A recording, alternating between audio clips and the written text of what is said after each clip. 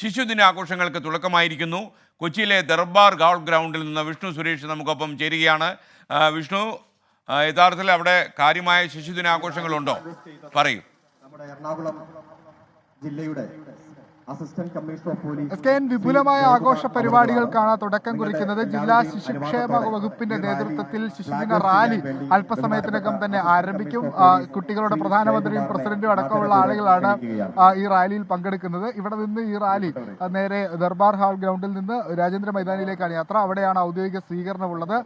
P Rajeev അടക്കമുള്ള ആളുകളാണ് സ്വീകരിക്കാൻ എത്തിയിരിക്കുന്നത്. ജില്ലാ ശിശുക്ഷേമ വകുപ്പിന്റെ നേതൃത്വത്തിലാണ് ഈ റാലി. എല്ലാ വർഷവും സമാനമായ രീതിയിൽ നടത്താറുണ്ട്. ഇത് വിവിധ സ്കൂളുകളിൽ നിന്നായ വിദ്യാർത്ഥികളാണ് എത്തിയിട്ടുള്ളത്. കുട്ടികൾ വിവിധ വസ്ത്രങ്ങളൊക്കെ അണിഞ്ഞ് അല്ലെങ്കിൽ അത്തരം ബാൻഡ് മേളങ്ങളോടുകൂടി അതോടൊപ്പം തന്നെ ചാച്ചാജിയുടെ ഡ്രസ്സൊക്കെ ഇട്ട് മുഖംമൂടിയെല്ലാം വെച്ചുകൊണ്ടാണ് കുട്ടികൾ ഇങ്ങോട്ടേക്ക് എത്തിയിരിക്കുന്നത്. ഇവിടെ വിദ്യാർത്ഥികളൊക്കെ ഉണ്ട്. എങ്ങനെയുണ്ട്? എല്ലാ വർഷവും ഈ പരിപാടി വരാറുണ്ടല്ലോ? ചിലപ്പോ വരാറൊക്കെ ഉണ്ട്. സ്കൂളിൽ നിന്നാ? Saint Antony's HSS.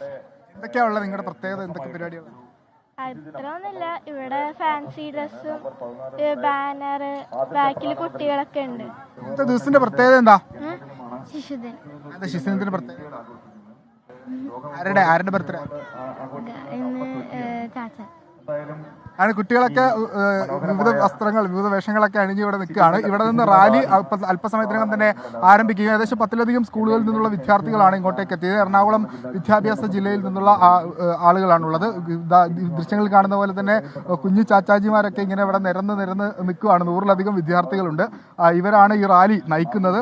അതോടൊപ്പം തന്നെ വിദ്യാർത്ഥികളുടെ പ്രധാനമന്ത്രിയും പ്രസിഡന്റും സ്പീക്കറും ഒക്കെ ഉണ്ട്. ഒരു ജനാധിപത്യ മോഡൽ കുട്ടികൾക്ക് പരിചയപ്പെടുത്തുക എന്നുള്ളൊരു ഉദ്ദേശം കൂടി ജില്ലാ ശിശുക്ഷേമ വകുപ്പിന്റെ ഭാഗത്ത് നിന്ന് ഈ റാലിയിലുണ്ട്. അല്പസമയത്തിനകം തന്നെ റാലി ആരംഭിക്കും. ഇത് മാത്രമല്ല, വിപുലമായ പരിപാടികൾ ഇന്ന് ജില്ലയിൽ ഉടനീളമുണ്ട്.